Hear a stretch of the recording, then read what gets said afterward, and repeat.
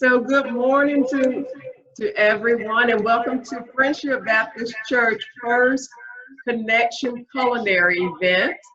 I am going to be showing you how to make a red velvet cake this morning. Hopefully, if you, and that's Bentley in the background, don't pay him no attention, but hopefully if you're going, if you are going to make this cake along with me, you have already bought the ingredients. And yes, Friendship Connection, this is my recipe. I've had it on this piece of paper for the last 20 years. At some point, I need to actually put it down electronically so that maybe one of my children will want this recipe someday, but I doubt it. Who knows? But anyway, so you should have your Duncan Hein golden butter recipe cake mix. You should have cocoa. You should have eggs. You should have vanilla. You should also have a stick of margarine. You should have some buttermilk. You should have red food coloring. You should have baking soda, just regular old baking soda, and vinegar. And at any time, if you want to stop and ask me anything, please feel free to do so. So just a couple reminders. At this point, you want to preheat your oven to 350. And I always grease and flour my pans prior to starting the cake. So you can grease and flour your pans. I use Crisco along with just regular flour to grease my pan. Some people use Pam, the spray, but I just have a preference for using Crisco and just greasing the pan, okay? All right, and the last reminder is to minimize the activities in your kitchen. And this is to help avoid the risk of a cake falling, because I don't know if you've ever experienced it before, but if there's a lot of running or jumping or moving around in the kitchen while cake is in the oven, sometimes it will make the cake fall and therefore it will not rise like it should, okay? All right then, so we'll go ahead and get started. And so I'm going to open my cake mix.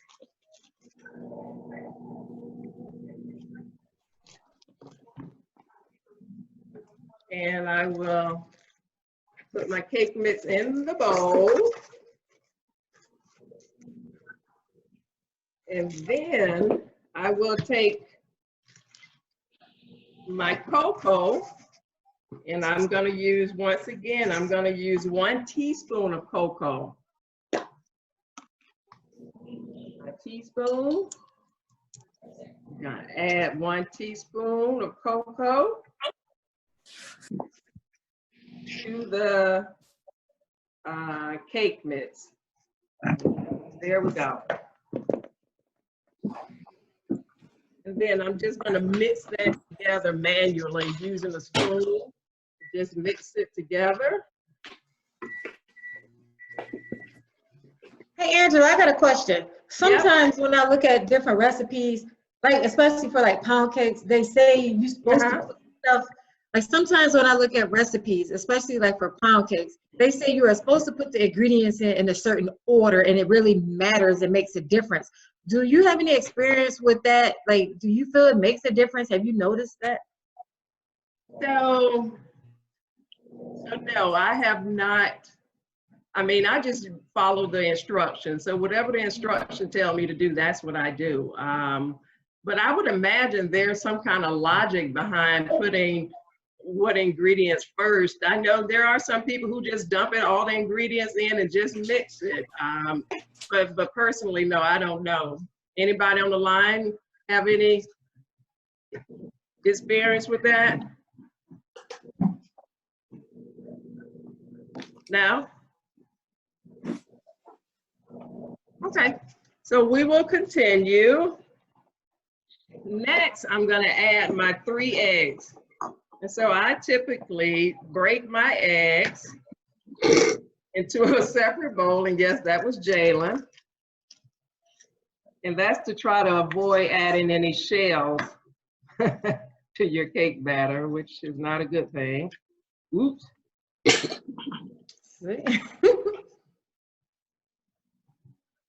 All right, there we go. Okay, so I'm gonna add the eggs.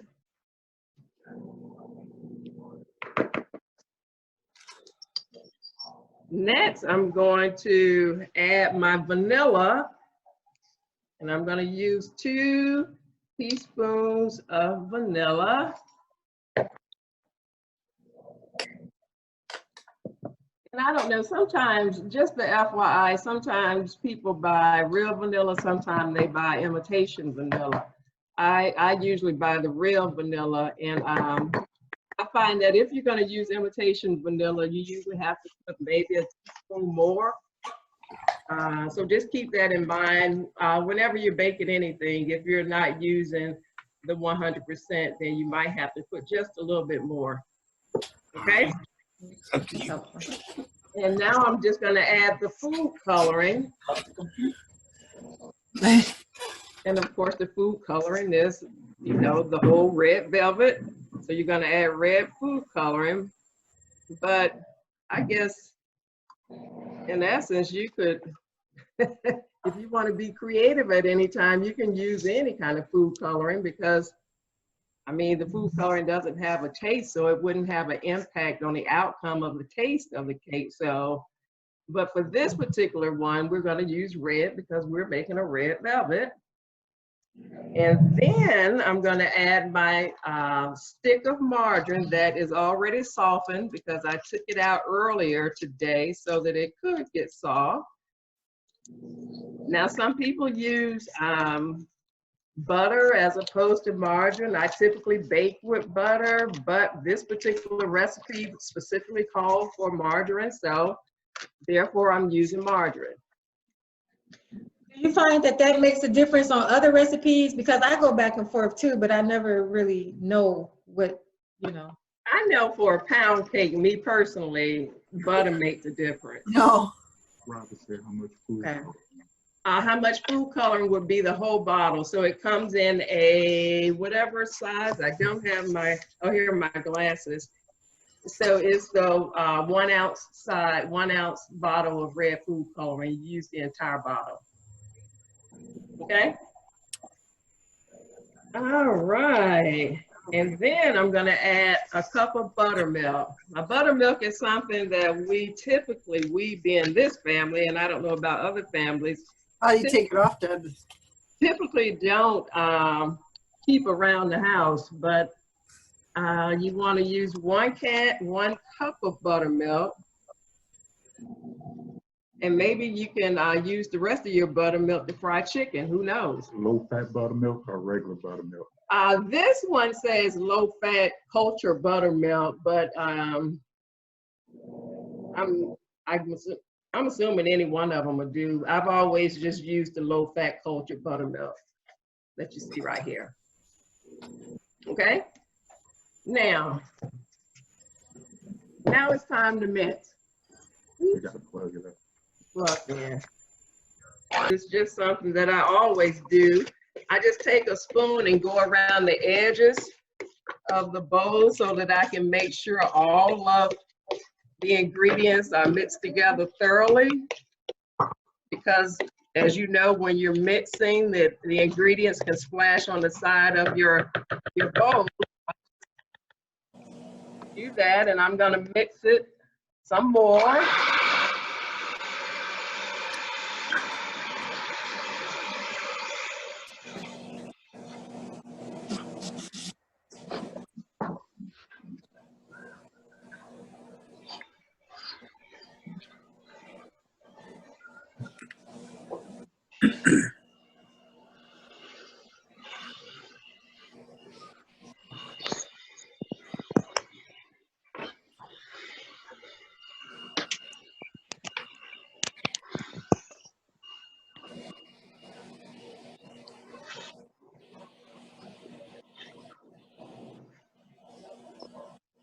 Okay, so the next step in this process is to combine the baking soda and the vinegar. So we're using a teaspoon of baking soda, and I'm just going to combine it in a cup.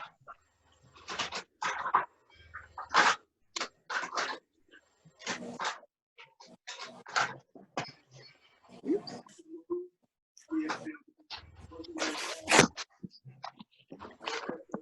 Okay, if I can get it out. And so that's a teaspoon of baking soda and a tablespoon of vinegar.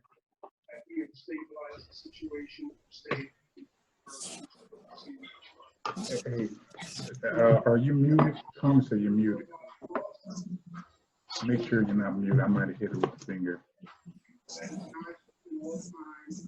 Nope, not muted. That's everyone. Can they hear you? Can everyone hear me? Yes, Angela. Okay, all right. Yes, I hear. Okay. Okay. And so I am going to mix the vinegar and the baking soda, just mix it together. No particular amount of time, just make sure it's mixed thoroughly. Then I'm gonna pour it into the batter. There we go. Who would have ever thought vinegar and baking soda, but there you go. Yeah, the vinegar surprised me. Vinegar is so good for stains if you're stung by wasps. We used to put that. So Angela, your mix looks a lot lighter than what I'm accustomed to seeing the red velvet cake mix look.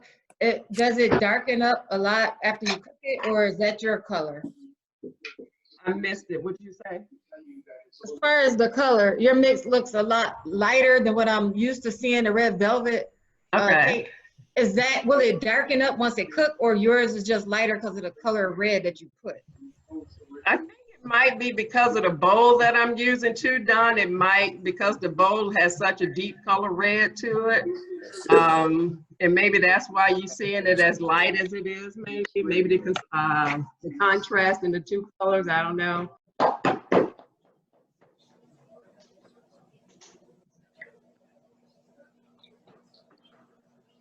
Wow, okay, that was a lot. So, so at this point, I mean, looking at this, I don't know if you guys can see it, but it looks like all of the batter is, you know, basically even, and it's been distributed among the three pans. I've knocked out any air bubbles that might be hidden in there.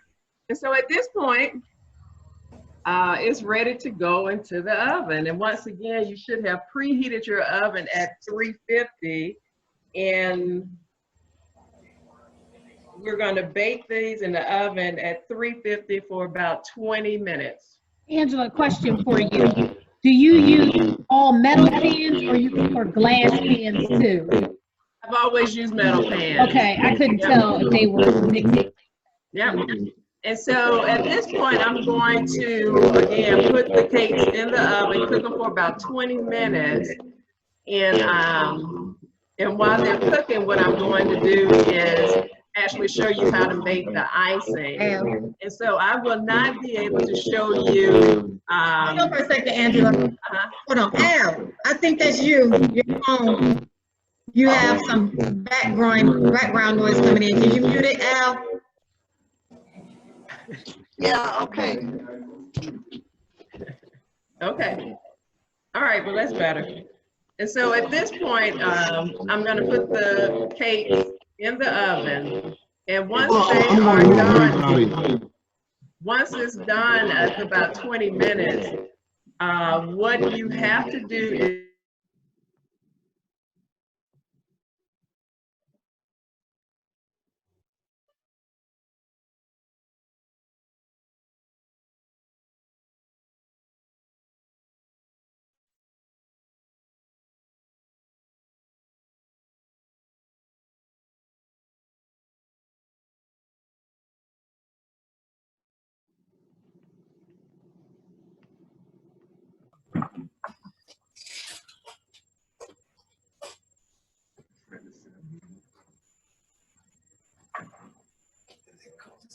Okay.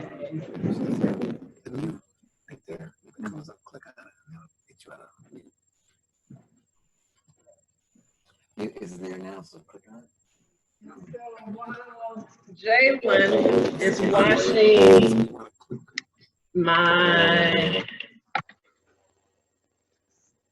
washing this off for me.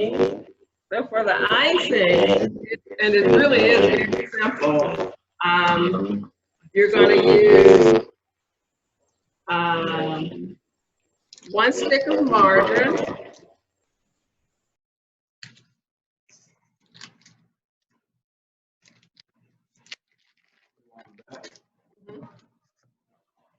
You're going to use 1 Philadelphia cream cheese. Right here. Hey, Angela, is that the low-fat cream cheese or the regular cream cheese? Why are you gonna have a red velvet cake and use low fat? No, it is a regular Philadelphia cream cheese. Okay, thank you.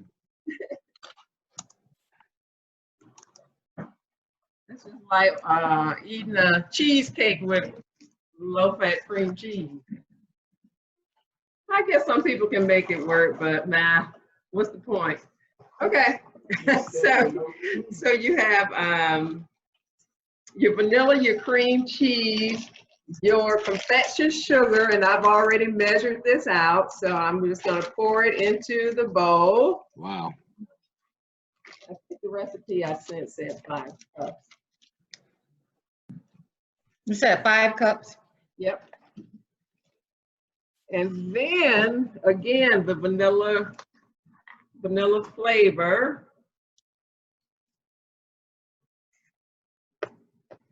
Calls for 1 teaspoon.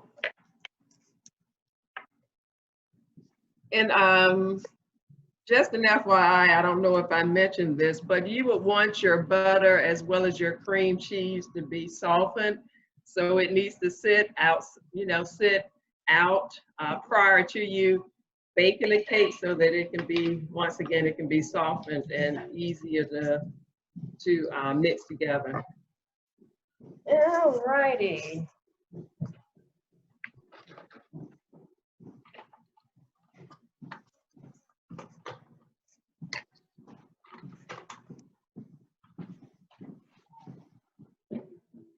Okay.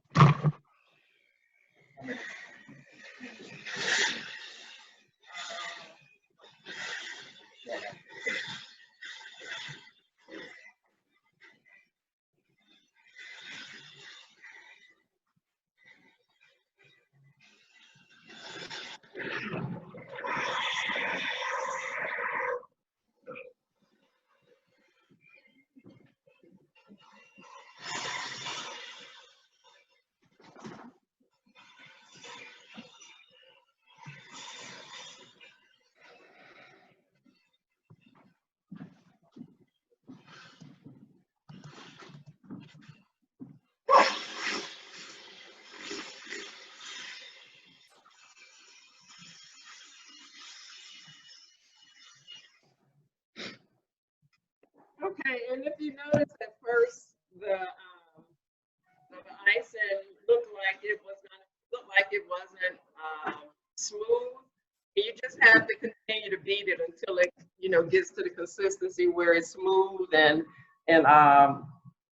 And therefore, that's so I guess I say all that to say I'm not sure how long you should beat it, but just continue to beat it until you find that consistency that you're looking for. Okay? Okay. So, with that being said, are there any questions that I can answer at this point? Again, just like Carmen pointed out earlier, I mean, if you want to be creative and change the colors of your layers, all it takes is a little food coloring. If you want to use, make cupcakes, you certainly can make cupcakes.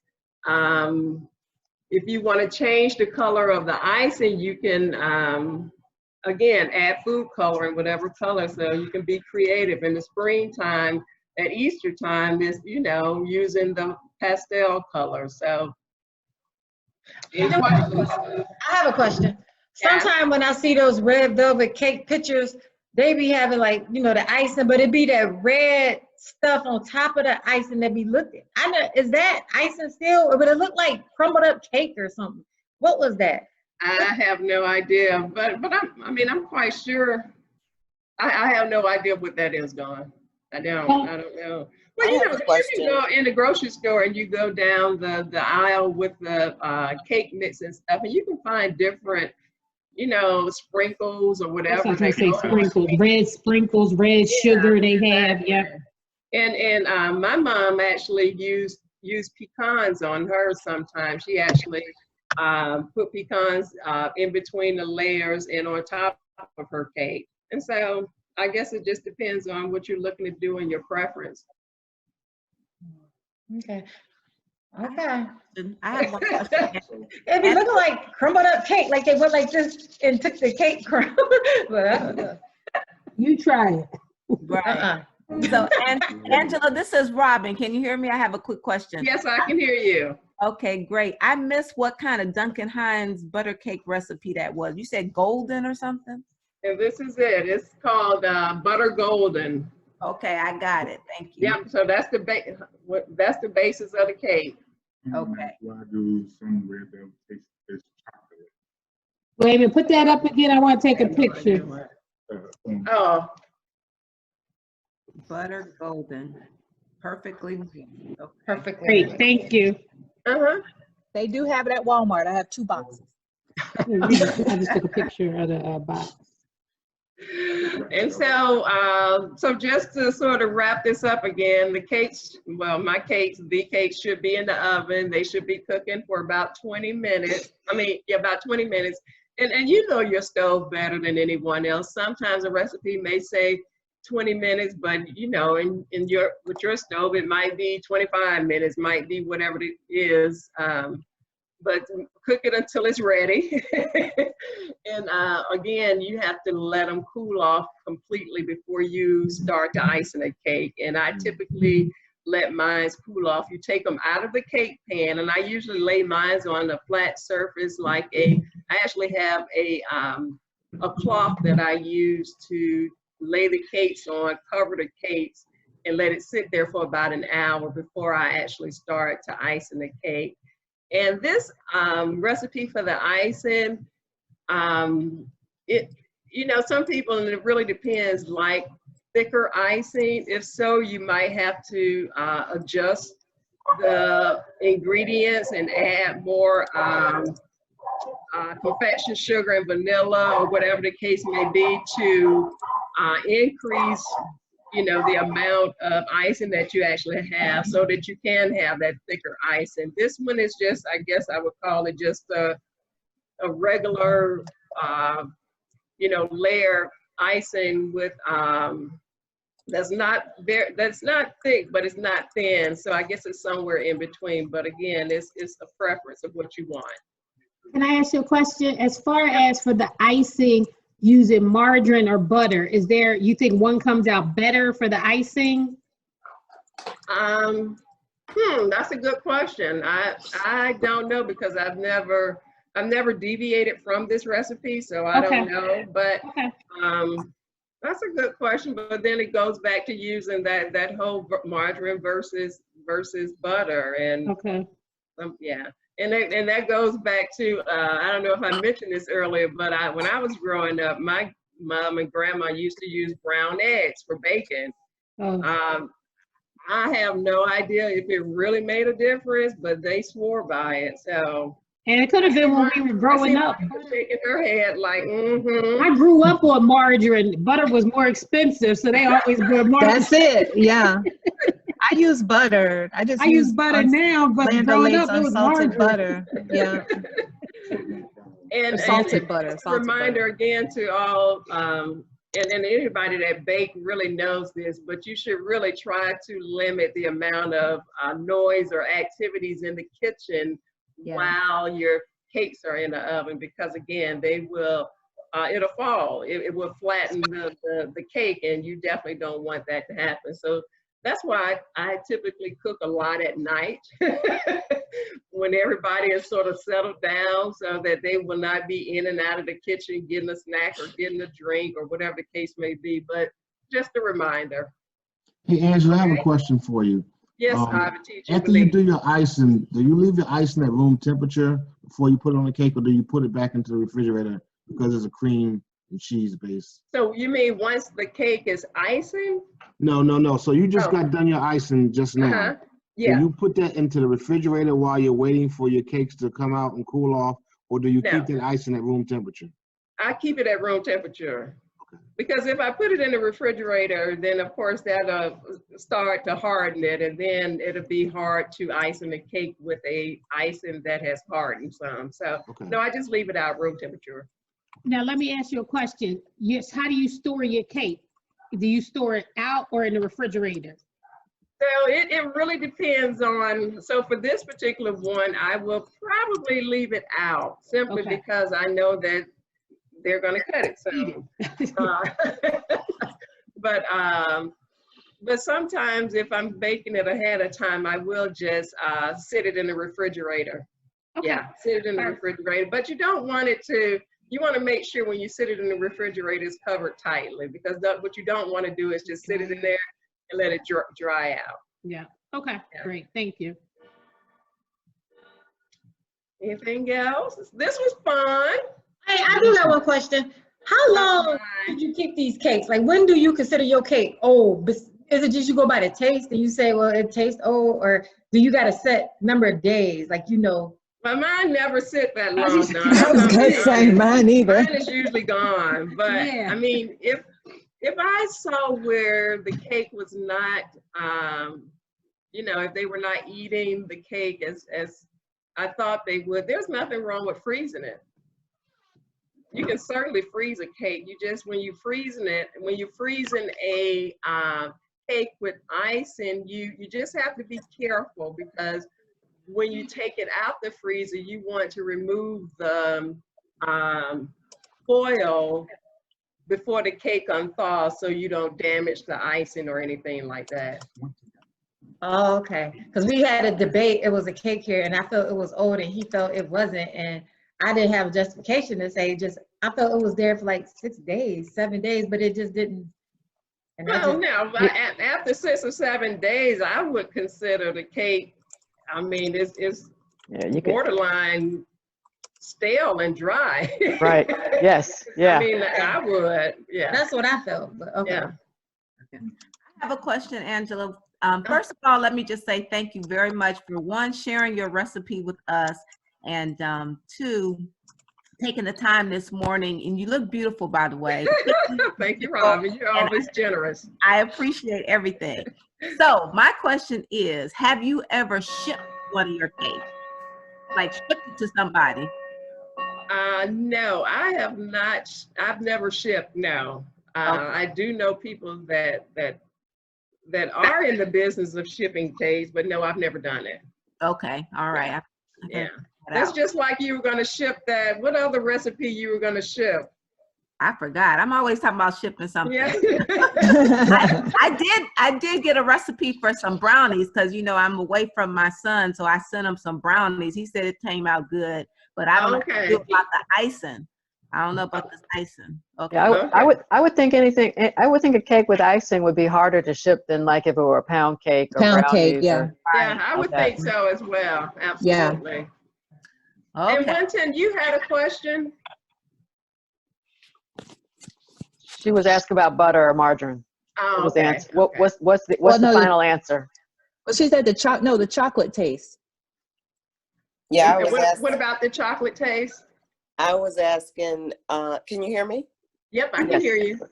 I was asking about red velvet cakes. Are they supposed to taste like chocolate? Not that I'm aware of. Now, there are different recipes out there for red velvet cake, especially when you make it from scratch. I've seen them, and they do call for a certain amount of cocoa. I've never tried that, but again, I don't know. Okay. Well, I use cocoa in mine. I use cocoa in mine, but I like the chocolate taste. Yeah. Okay. Yeah. Well, there you go. Chocolate. Thank you. It struck me as odd when you said they have cocoa for this, so I assumed the cocoa offsets that yellow cake mix in some type of way. I mean, every recipe you had I've it down. seen I've always seen recipes with cocoa, just not as much as I use. But Right. I was going to say, I think all the recipes have some cocoa. Mine only had a tablespoon, but there's others with a larger amount. So I guess, again, it depends on the recipe and your preference, I guess. Yeah. Well, I never bake it, so I'm always either disappointed or surprised.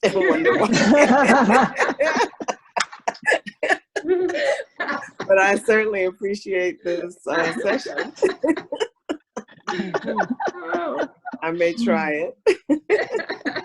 I'm gonna try it, Angela. I'm gonna try it your way because there were a couple of things that were different that I had not done before. So I'm excited. I got all my stuff. I'm gonna bake it this evening. I'm gonna bake it tonight. And so what I didn't do when we originally sent this out was I did not put the instructions. And so what I'll do is send the instructions over to Dawn, since she is the leader of the Friendship Connect, and she'll make sure that it's distributed. Right, Dawn? Absolutely. Okay. Thank you. Yeah.